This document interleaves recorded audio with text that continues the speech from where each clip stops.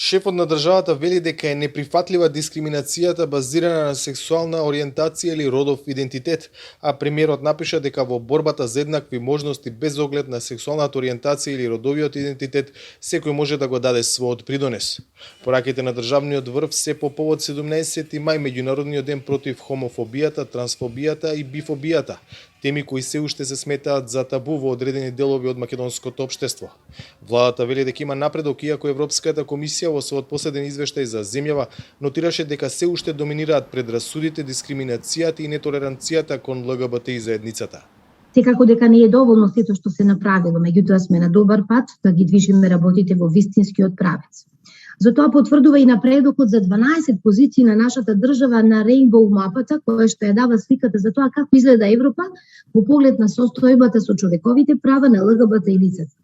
Согласно податоците, нашата земја за 2020 година е рангирана на 33-та позиција од вкупно 49 земји, односно бележи скок за цели 12 позиции во однос на претходната година.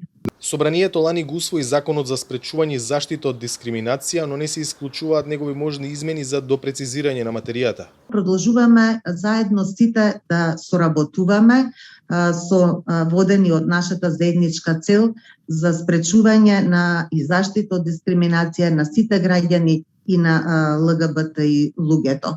За подобрување на ситуацијата вклучен е и граѓанскиот сектор преку обуки и изработка на акцијски план.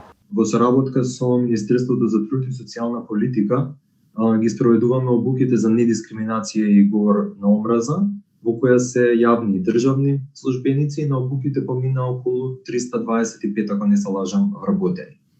Вработевме и националниот акцијски план за ЛГБТИ, кој е приближување кон законодавството на ЕУ. На 17 мај 1990-та Светската здравствена организација симна хомосексуалност од класификацијата дека е заразна болест. Затоа овој ден се одбележува глобално во повеќе од 130 земји како начин за кревање на свеста дека сите луѓе, независно од нивната сексуална ориентација, имаат права како и нивните сограѓани. За Гласот на Америка, од Скопје, Владимир Мирчевски.